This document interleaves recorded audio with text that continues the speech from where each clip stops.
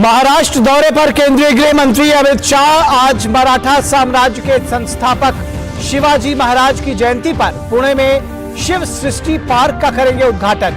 कोल्हापुर में भाजपा की विजय संकल्प रैली को भी करेंगे संबोधित।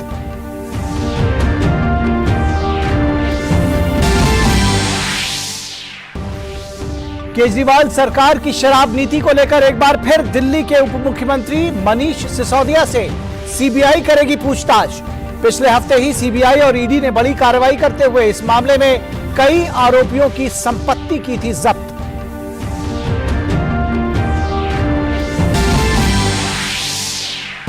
मेघालय और नागालैंड में विधानसभा चुनाव के लिए प्रचार जोरों पर।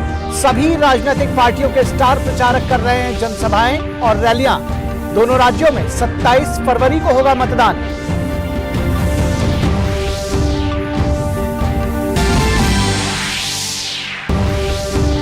अमेरिकी विदेश मंत्री एंटनी ब्लिंकन ने म्यूनिख में वैश्विक सुरक्षा सम्मेलन से इतर चीन के शीर्ष राजनयिक वांग यी से की मुलाकात।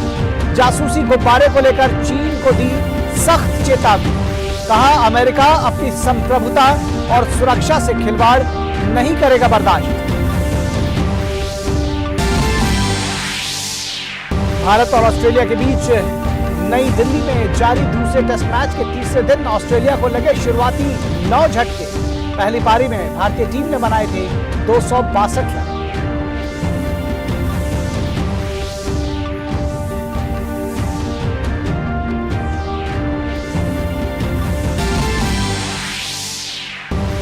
आईसीसी महिला T20 विश्व कप में आज पाकिस्तान और वेस्टइंडीज के बीच होगी भिड़ंत। वहीं अन्य मुकाबले में न्यूजीलैंड और श्रीलंका होंगे आमने सामने।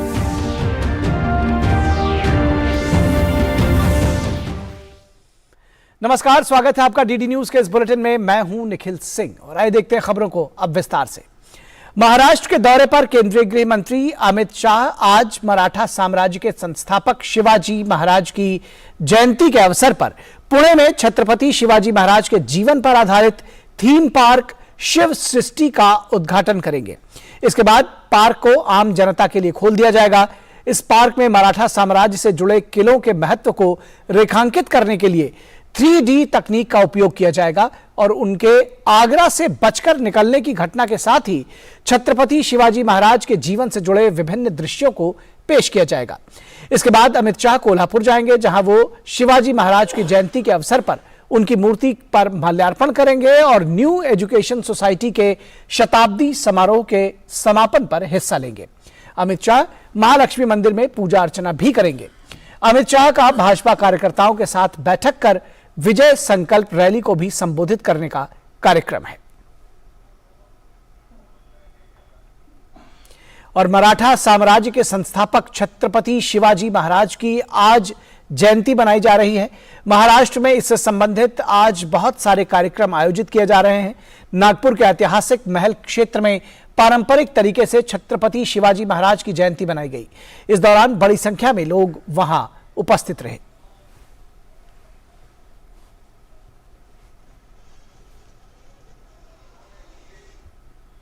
और महाराष्ट्र के राज्यपाल रमेश बैस ने शिवाजी की जयंती के अवसर पर शिवाजी पार्क में छत्रपति शिवाजी महाराज की प्रतिमा को पुष्प अर्पित कर श्रद्धांजलि दी।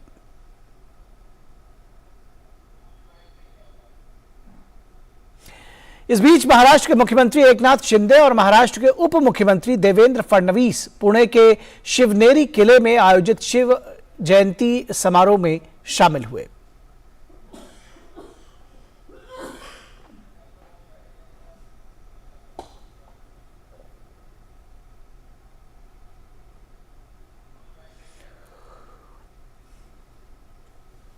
और प्रधानमंत्री नरेंद्र मोदी ने छत्रपति शिवाजी महाराज की जयंती पर उन्हें श्रद्धांजलि दी। ट्वीट कर पीएम मोदी ने कहा कि मैं छत्रपति शिवाजी महाराज की जयंती पर उन्हें शत शत नमन करता हूं। उनका साहस और सुशासन पर जोर हमें प्रेरित करता है। इस मौके पर प्रधानमंत्री ने एक वीडियो भी साझा किया। छत्रपति शिवाजी महाराज का व्यक्तित्व बहुआयामी था। ये वीर पराक्रमी महापुरुष जिन्होंने सुशासन और प्रशासन हिंदुस्तान के इतिहास में एक नवीन अध्याय लिखा और संकटों के बीच किया था, संघर्षमय जीवन के रहते हुए किया था। शिवाजी महाराज ने राष्ट्र रक्षा के लिए सशक्त सेना को प्राथमिकता दी। उस काल में भी उन्होंने एक सशक्त नौसेना का निर्माण किया। पानी के बिना तरसते हुए इलाकों को पानी कैसे पहुंचाया जा सकता है, अगर उसका उत्तम से उत्तम ज्ञान प्राप्त करना है तो छत्रपति शिवाजी महाराज ने पानी के लिए जो पूरी व्यवस्थाएं खड़ी की थी वो आज भी किसी को भी प्रेरणा दे सकती है। छत्रपति शिवाजी महाराज यानी घोड़ा तलवार युद्ध लड़ाई विजय यहां तक सीमित नहीं है।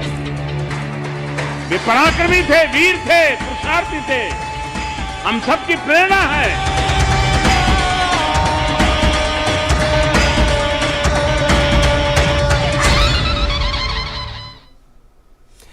और दिल्ली में केजरीवाल सरकार की शराब नीति को लेकर एक बार फिर दिल्ली के उप मुख्यमंत्री मनीष सिसोदिया को सीबीआई ने पूछताछ के लिए बुलाया है। दिल्ली के डिप्टी सीएम मनीष सिसोदिया से सीबीआई आज फिर से पूछताछ करेगी। पिछले हफ्ते ही सीबीआई और ईडी ने बड़ी कार्रवाई करते हुए शराब घोटाले में शामिल कई आरोपियों की संपत्तियां जब्त की थी। इस बीच दिल्ली के उप मुख्यमंत्री मनीष सिसोदिया ने सीबीआई से कुछ मोहलत मांगी है। उन्होंने कहा कि सीबीआई से आज पूछताछ करने का नोटिस मिला था। सिसोदिया ने कहा कि सीबीआई से अनुरोध किया है कि दिल्ली की बजट की तैयारी के कारण फरवरी के बाद वे किसी भी दिन का समय दे। बजट की तैयारी अपने अंतिम चरणों में है, फरवरी के अंत तक ये पूरा हो जाएगा।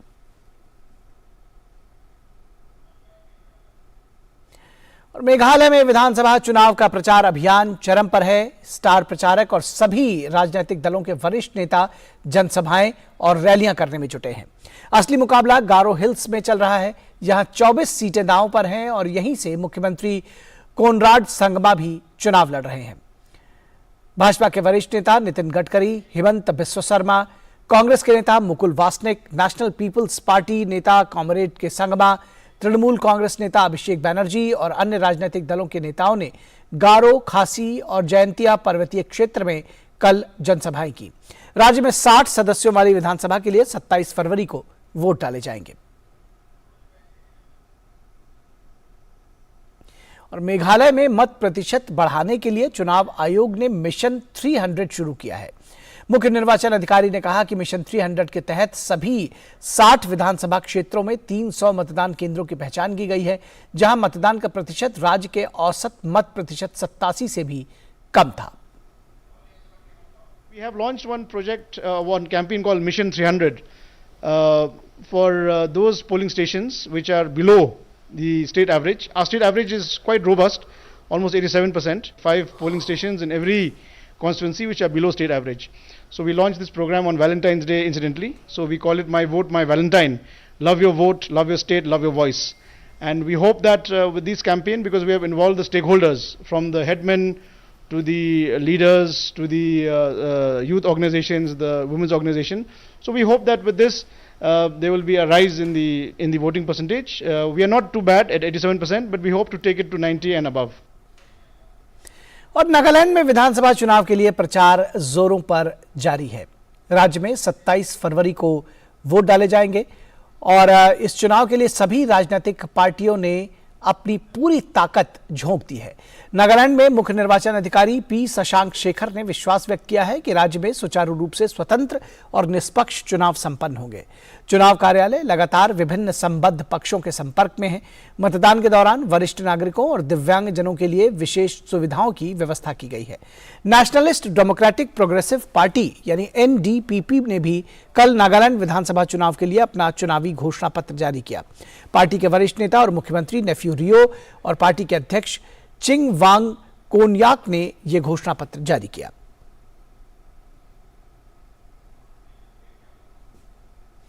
G20 कार्यकारी समूह आज शिक्षा और डिजिटल परिवर्तन पर एक पैनल चर्चा आयोजित करेगा। पैनल चर्चा का विषय है विविध शिक्षार्थियों के लिए समावेशी शिक्षा। आज 2 बजे से 3:30 बजे के बीच पैनल चर्चा आयोजित की जा रही है।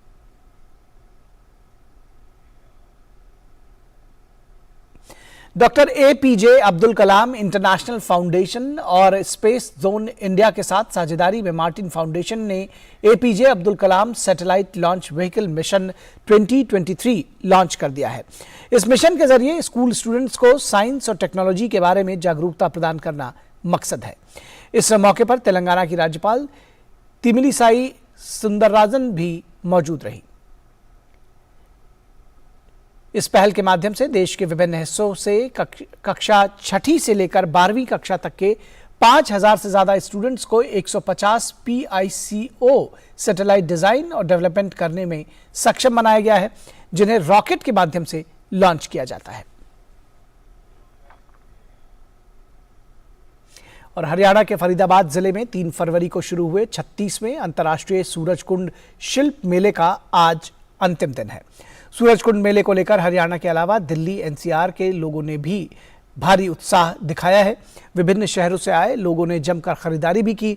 भारत का उत्तर पूर्व क्षेत्र 36वें सूरजकुंड अंतर्राष्ट्रीय शिल्प मेला 2023 के लिए थीम स्टेट है, जो इस क्षेत्र से विभिन्न कला रूपों और हस्तशिल्प के माध्यम से अपनी अनूठी संस्कृति और समृद्धि विरासत को प्रदर्शित कर रहा है।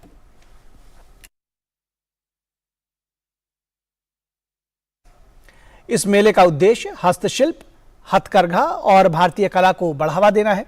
गौरतलब है कि सूरजकुंड अंतर्राष्ट्रीय शिल्प मेला दुनिया का सबसे बड़ा शिल्प मेला है और ये अपनी तरह का एक अनूठा अनुभव है। अनेकता में एकता की झलक दिखलाता ये मेला रंग बिरंगी छटा बिखेरता है और देश विदेश से पर्यटकों को अपनी ओर खूब आकर्षित करता है। ये मेला देश में नहीं बल्कि विदेशी लोगों में भी खूब प्रचलित है। इसे देखने के लिए अलग अलग देशों के लोग यहाँ आते हैं।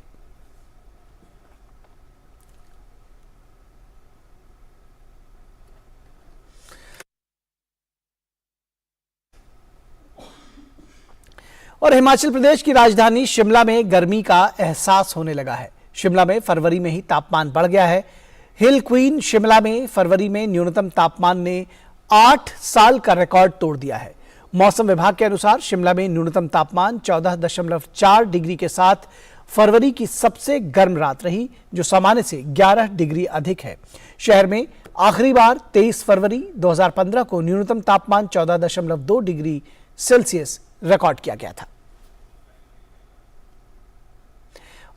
अमेरिकी विदेश मंत्री एंटनी ब्लिंकन ने म्यूनिख में वैश्विक सुरक्षा सम्मेलन से इतर चीन के शीर्ष राजनयिक वांग यी से मुलाकात की और उन्हें अमेरिकी हवाई क्षेत्र में जासूसी गुब्बारे भेजने के अपने गैर जिम्मेदाराना कृत्य को नहीं दोहराने की चेतावनी दी।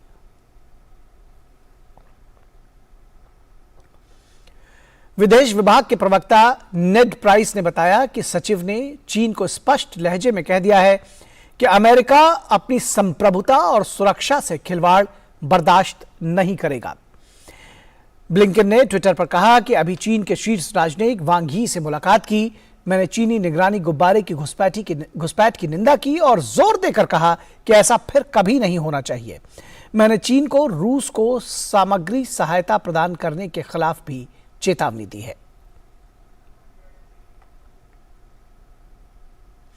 और तुर्की और सीरिया में आए विनाशकारी भूकंप के बाद आज अमेरिकी विदेश मंत्री एंटनी ब्लिंकन राहत कार्गो को देखने के लिए तुर्की का दौरा करेंगे।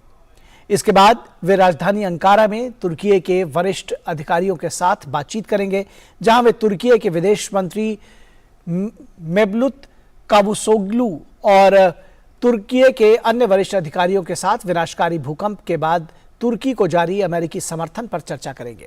इसके साथ साथ एक महत्वपूर्ण नाटो सहयोगी के रूप में तुर्की के साथ अमेरिकी साझेदारी को और मजबूत करने के तौर तरीकों पर भी चर्चा की जाएगी। गौरतलब है कि 6 फरवरी को तुर्की और सीरिया में आए 7.8 की तीव्रता वाले विनाशकारी भूकंप की वजह से हजारों लोगों की जान चली गई। और तुर्की और सीरिया में भूकंप से मरने वालों की संख्या लगातार बढ़ती जा रही है। ताज़ा रिपोर्ट के मुताबिक दोनों देशों में हताहतों की संख्या 46,000 को पार कर गई है। तुर्की में भूकंप ने 40,600 से अधिक लोगों की जान ले ली, जबकि उसके पड़ोसी सीरिया में 5,800 से अधिक लोगों की मौत हुई है। आपदा ने 2,64,000 से अधिक अपार्टमेंट को तबाह कर दिया है, जिसमें हजारों लोग बेघर हो गए हैं और हजारों लोग अभी भी लापता बताए जा रहे हैं।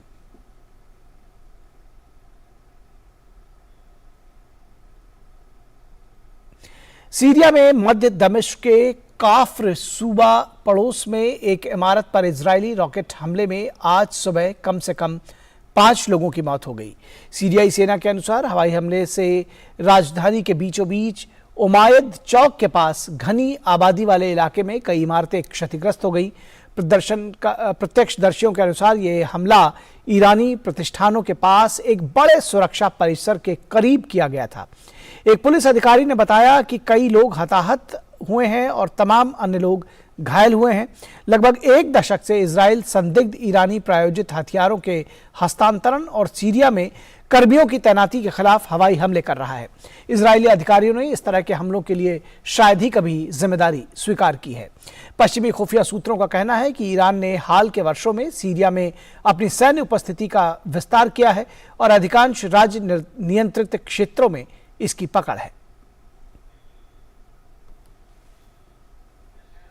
और यहां रुकेंगे एक छोटे से ब्रेक के लिए, कहीं मत जाइएगा, जल्द हाजिर होंगे।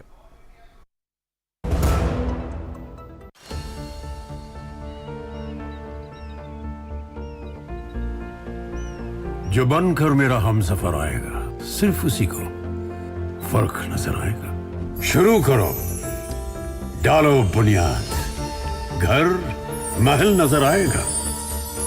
वंडर लाइए, वंडर अपनाइए, फर्क नजर आएगा। वंडर सीमेंट, फर्क नजर आएगा। पता है, लोग अक्सर मुझसे पूछते हैं कॉल सेंटर का स्टेडी जॉब क्यों छोड़ा। I wanted more out of life, बस मैंने अपना स्टार्टअप शुरू किया। जानना चाहोगे कैसे? Then start up your own business as an LIC agent. यहाँ सब कुछ है, great products, zero investment, leading organisation and unlimited opportunities. तो क्या आप तैयार है LIC एजेंट बनो? अब बड़ा सोचो। हमारी वेबसाइट पर जाएं या अपनी नजदीकी LIC शाखा से संपर्क करें। ब्रेक के बाद एक बार फिर आप सभी का स्वागत है। रूस और यूक्रेन के बीच युद्ध शुरू हुए करीब 1 साल होने वाले हैं। यहां के हालात देखते हुए ब्रिटेन के प्रधानमंत्री ऋषि सुनक ने एक बड़ा बयान दिया है।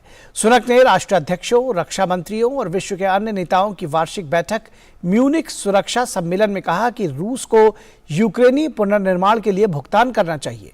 उन्होंने यह भी कहा कि रूसी आक्रामकता के प्रति अंतर्राष्ट्रीय समुदाय की प्रतिक्रिया मजबूत नहीं थी।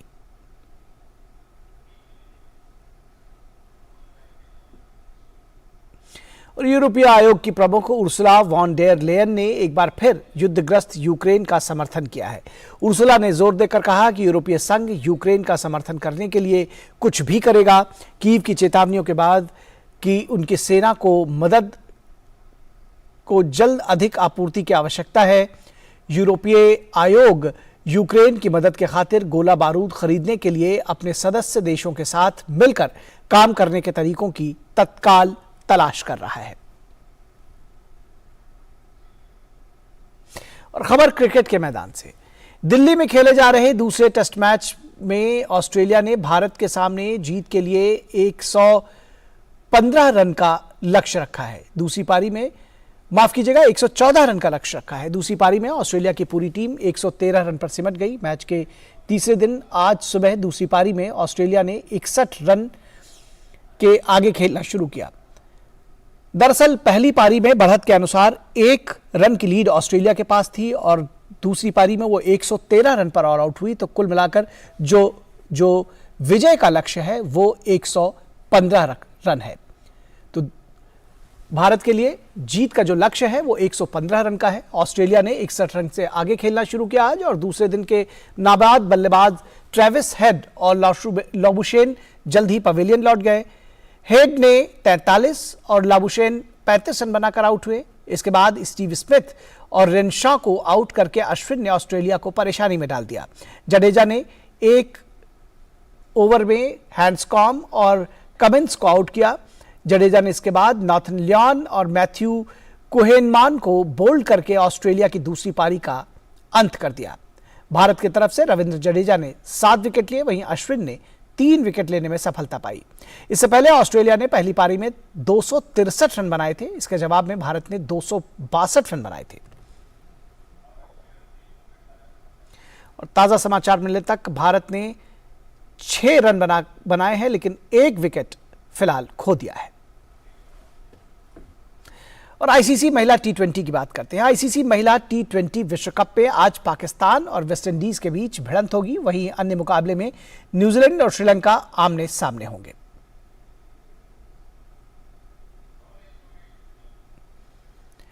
और कल इंग्लैंड ने भारत को 11 रनों से हरा दिया। भारतीय कप्तान हरमनप्रीत कौर ने टॉस जीतकर पहले गेंदबाजी का फैसला किया। इंग्लैंड ने 20 ओवर में 7 विकेट पर 151 रन बनाए।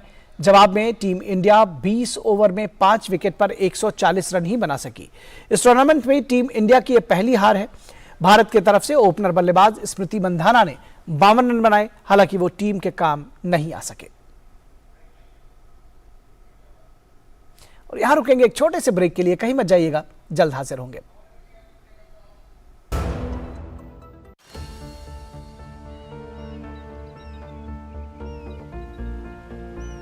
जो बनकर मेरा हमसफर आएगा, सिर्फ उसी को फर्क नजर आएगा। शुरू करो, डालो बुनियाद, घर महल नजर आएगा।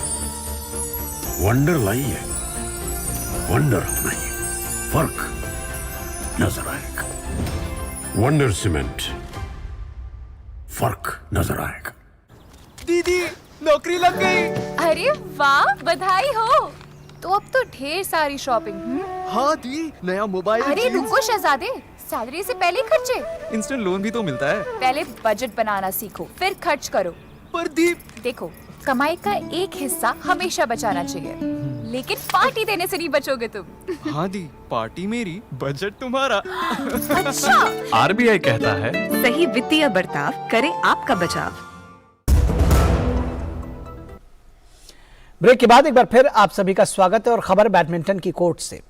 Asia mix team badminton championship में भारत ने कांस्य पदक से संतोष करना पड़ा है। इस टूर्नामेंट के इतिहास में पहली बार है जब भारत ने कोई पदक जीता है। रविवार शाम खेले गए रोमांचक मुकाबले में भारत को चीन से 2 के मुकाबले 3 के अंतर से हार झेलनी पड़ी।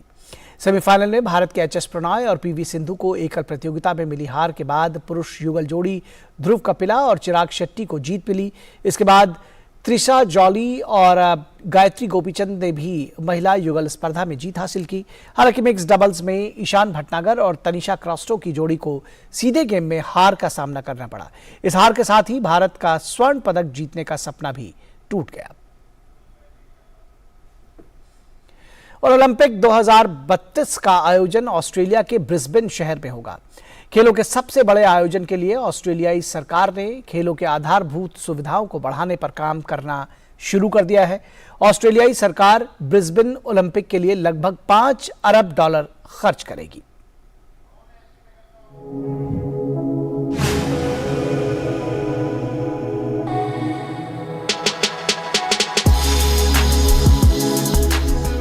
ओलंपिक 2032 की मेजबानी ऑस्ट्रेलिया का ब्रिस्बेन शहर करेगा।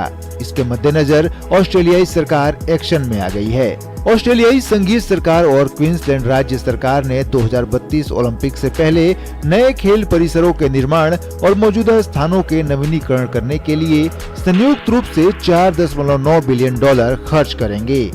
संघीय सरकार ब्रिस्बेन एरिना के विकास के लिए $1.7 बिलियन प्रदान करेगी, जबकि क्वींसलैंड सरकार गाबा क्रिकेट मैदान के पुनर्निर्माण के लिए $1.85 बिलियन का फंड देगी। वहीं 16 नए या उन्नत स्थानों के लिए दोनों सरकारें समान अनुपात में वित्त पोषित करेंगी, जिनमें $1.3 बिलियन प्राप्त होंगे। ऑस्ट्रेलिया के प्रधानमंत्री एंथनी अल्बनीज ने एक संवाददाता सम्मेलन के दौरान कहा कि ये ऑस्ट्रेलिया के लिए एक महान दिन है। ये ब्रिस्बेन शहर और क्वींसलैंड के लिए एक महान दिन है, साथ ही ऑस्ट्रेलिया के लिए भी एक शानदार दिन है। $4.8 बिलियन का ये समझौता दिखाता है कि जब सरकारें एक साथ काम करती हैं तो वे क्या क्या कर सकती हैं। मुझे पता है, एक सिडनी साइडर के रूप में देखें तो यहाँ क्वींसलैंड में खेल जो अंतर ला सकता है, ये इस शहर को एक वैश्विक शहर के रूप में मजबूत करेगा। इससे ब्रिस्बेन को फायदा होगा, इससे क्वींसलैंड के पूरे राज्य को लाभ होगा, साथ ही हमारी राष्ट्रीय अर्थव्यवस्था को भी लाभ होगा। क्वींसलैंड की प्रीमियर अनास्तासिया प्लाजुक का कहना है कि वे इस आयोजन के लिए भविष्य में अंतर्राष्ट्रीय ओलंपिक समिति से कोई फंडिंग नहीं मांगेंगी। वहीं खेलों के लिए कुल लागत को संशोधित कर 3.4 बिलियन डॉलर से 4.8 बिलियन डॉलर कर दिया गया है। ऑस्ट्रेलिया इससे पहले साल 1956 में मेलबर्न और 2000 में सिडनी में ओलंपिक की मेजबानी कर चुका है। ऑस्ट्रेलिया में 32 सालों के बाद ओलंपिक खेलों का आयोजन होगा। ब्रिस्बेन ग्रीष्मकालीन ओलंपिक की मेजबानी करने वाला तीसरा ऑस्ट्रेलियाई शहर बन जाएगा। Sports desk, DD news. तो इस समाचार बुलेटिन में बस इतना ही। हमारी पूरी टीम को दीजिए इजाजत। नमस्कार।